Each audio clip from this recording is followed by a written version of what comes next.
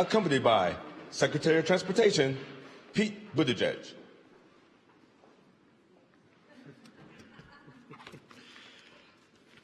Please sit down.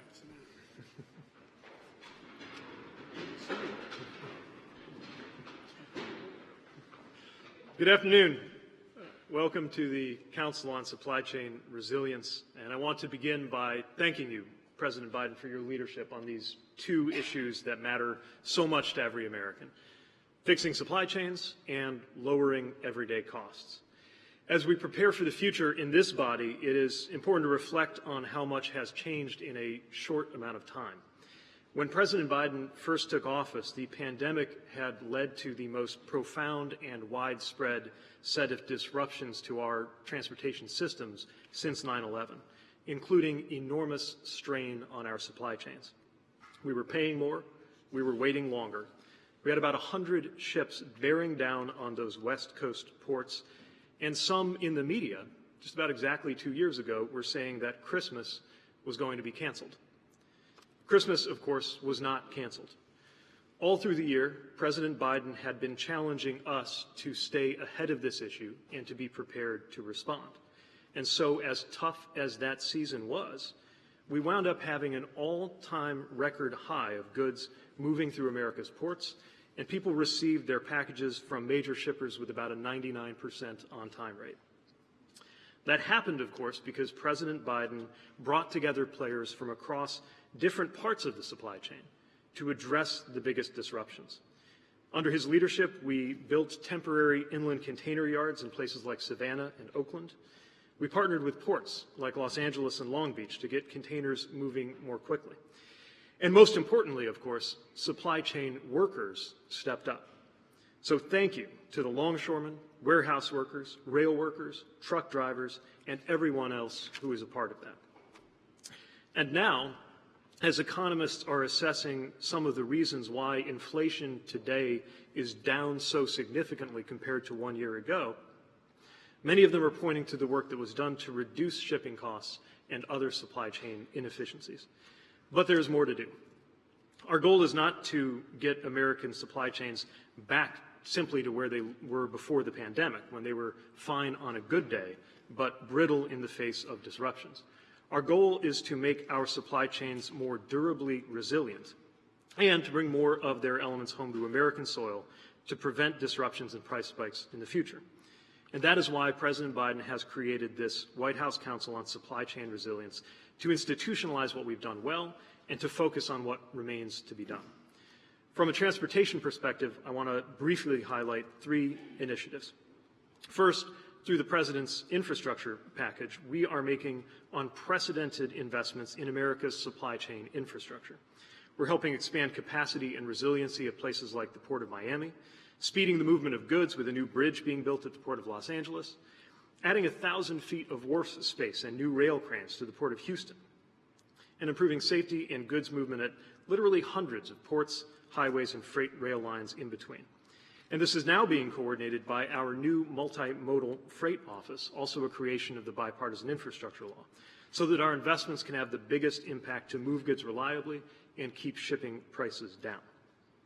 Secondly, we consistently heard from private sector partners that to make the most of our physical infrastructure, we were going to need better data infrastructure. For example, an importer reported not being able to tell the fastest way to move goods. A port was losing visibility of goods outside of their gates, and a logistics firm didn't have enough notice to get their chassis to the right location where locomotives were available, all of which added up to wasted time and higher costs. So we launched FLOW, the Freight Logistics Optimization Works Initiative, to give actors across the supply chain unprecedented access to shared data.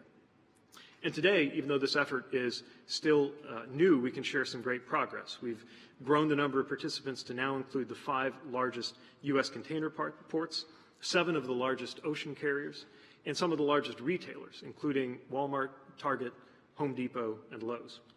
And participants are now beginning to use the data for the first time to inform decision-making that avoids bottlenecks, improves lead time, and better coordinates where trucks and chassis are most needed so that they can move goods more efficiently and, again, keep shipping costs down. And third, we are advancing the President's Trucking Action Plan, building new truck parking, improving working conditions for truck drivers, and opening new pathways for veterans to enter this critically important career. So while there is certainly much more work ahead of us, there is also a great deal of progress to build on. Thank you again, and it is now my great honor to introduce the person who has led this work with discipline, with expertise, and with a constant focus on how we can use the tools of government to help people in everyday life, the President of the United States, Joe Biden.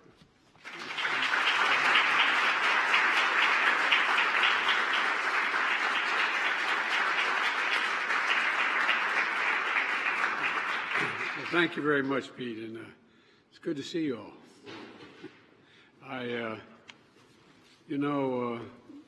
We always talk about the big issues, the big things, but sometimes the big things work or don't work based on whether or not the little things are in place, the mechanics are in place. Secretary Buttigieg, thank you for being here today and help us launch this new Council on Supply Chain Resilience. I grew up in a family like many of you where when grocery prices went up, the price of a gallon of gas went up, there was a conversation at the kitchen table. I mean, literally, not figuratively. Those conversations have been going on at kitchen tables all across America for a while now. A conversation about whether we'd have enough left over at the end of the month for my dad to be able to, used to say, have a little bit of breathing room. Well, this past week, as Americans gathered around their own kitchen tables for Thanksgiving dinner, that was our goal, to give them a little more breathing room. And together, we made progress. From turkey to air travel to tank of gas, costs went down. They went down. Now, to people making a lot of money, that doesn't matter a whole lot because the costs are relatively small compared to wealthy incomes. In fact, as a share of earnings this Thanksgiving, dinner was the 4th cheapest ever on record. I want you all to know that. I look at all the press, look at that. The press is particularly excited about that, I can see. But look, all kidding aside, that's not all. On Thanksgiving 2 years ago, 100 container ships were waiting in to dock in the ports. They were lined up, 100 long out into the ocean. This year, there were less than 10, meaning that today, as folks start their holiday shopping, shelves are stocked, meaning that if major appliances like a stove or a fridge broke down over Thanksgiving, you can replace it faster and 9% cheaper than it did 2 years ago. These savings matter to so many families, especially at this time of the year. And they're no accident when it comes down to supply chains. Did you ever think we'd be talking this much about supply chains? No, but I'm serious. It's critical. Everybody's beginning to figure it out. The average person knows what we're talking about when we talk about supply chains.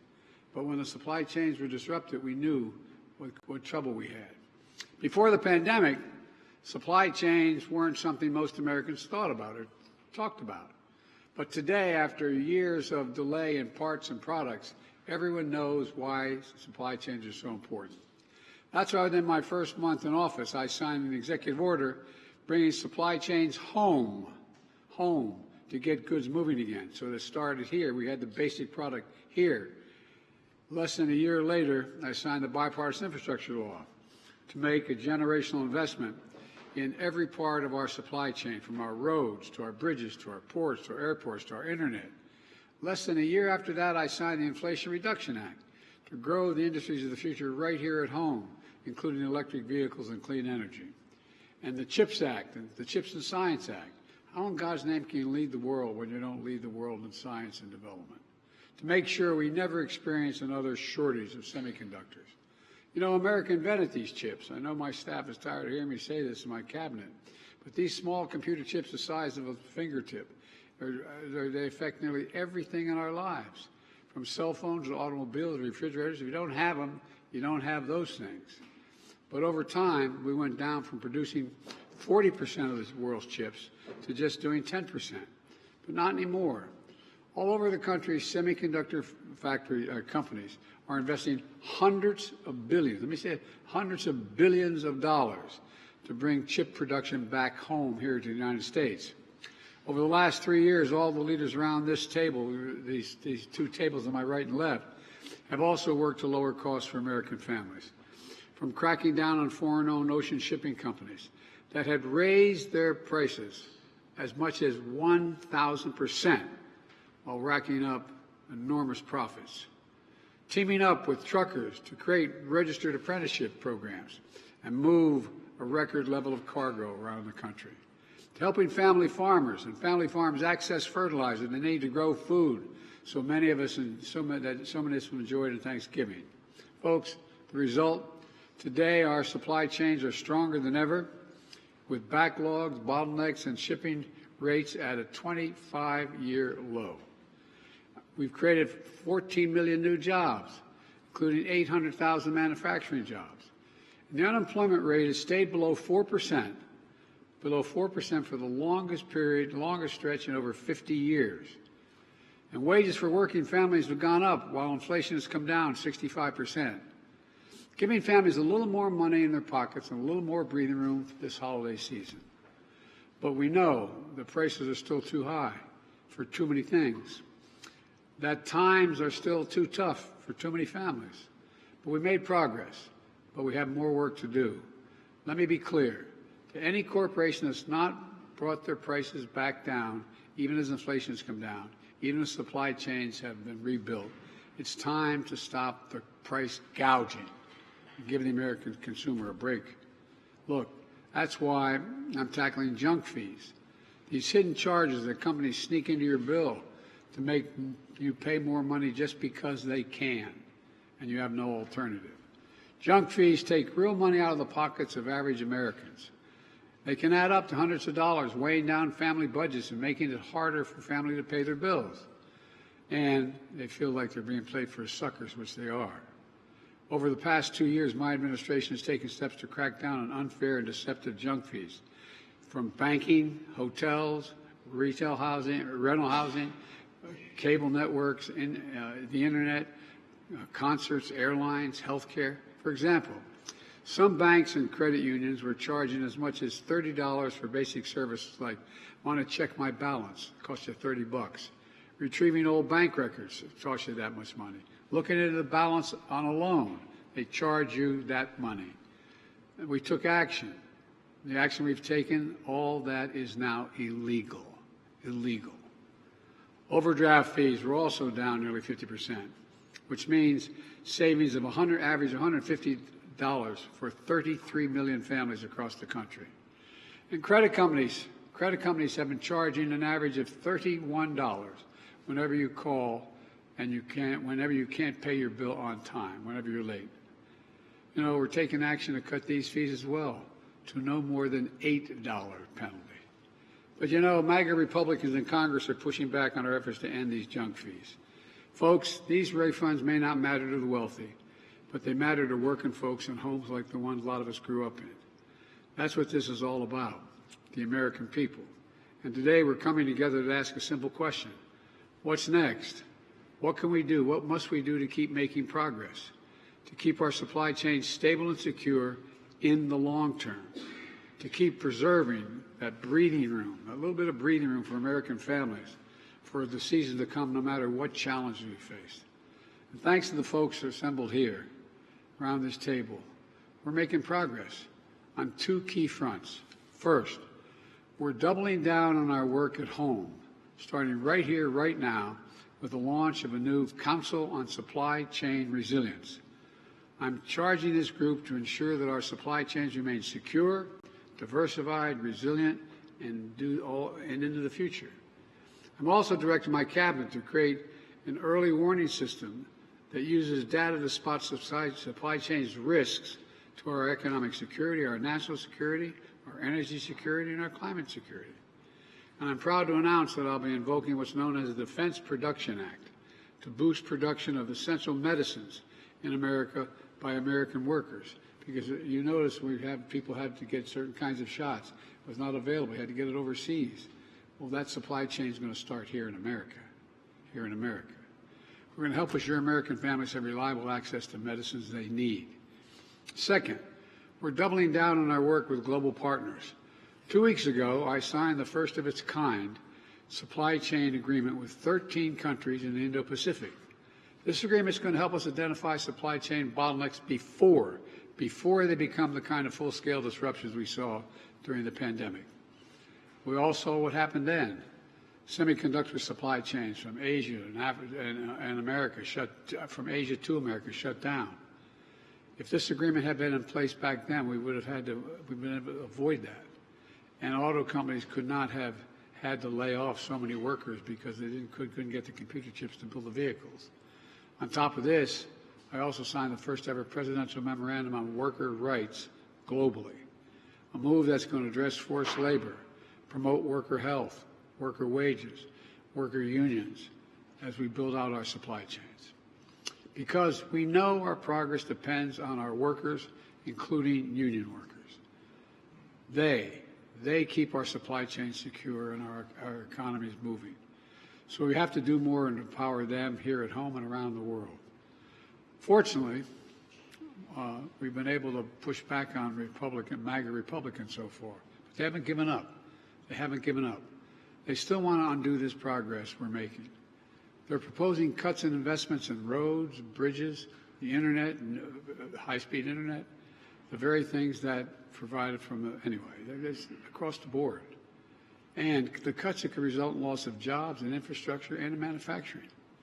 And they want to go back to the bad old days when corporations looked around the world to find the cheapest labor they could find, to send the jobs overseas, and then import the products back to the United States. Now, we're building the products here and exporting products overseas. We're not importing jobs. Folks, we're not importing anything other than what we make. We're making it here and we're sending it overseas rather than going to the cheapest place we can go to have it made. Bottom line, they want to make the whole supply chain more vulnerable. Their plan would offshore jobs, raise costs for seniors by repealing the insulin price reduction, the caps on out-of-pocket drug expenses, and the ability to negotiate lower drug prices that I secured in the Inflation Reduction Act.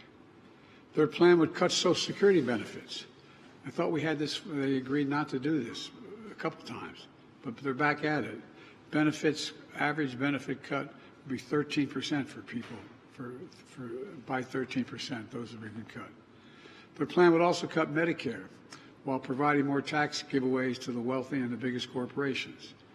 And my predecessors, once again, God love him, called for cuts that could rip away health insurance for tens of millions of Americans in Medicaid. They just don't give up. But guess what? We won't let these things happen. Let me close with this. You know, we faced some pretty tough times in recent years. But in America, there's no surrender. There's no giving up. There's no stopping. America never gives up. I've long said we're the only nation in the world that comes out of every crisis stronger than when we went into it, that crisis. I truly believe that 50 years from now, when historians are taking a look at this, looking back at this moment, when they look back on the work we're doing to build the economy from the bottom up and the middle out, to strengthen American supply chains and manufacturing workers all across the country, they're going to say that this was the beginning when America won the competition of the 21st century. I've never been more optimistic about our nation's future. We just have to remember who we are. You've heard me say it before, we are the United States of America, and there's nothing beyond our capacity when we do it together. So folks, got a lot of work ahead of us. I'm confident we can do it. We've done a lot already. So just keep at it. We're going to lower prices for average Americans all across this country. Thank you, thank you, thank you. See you.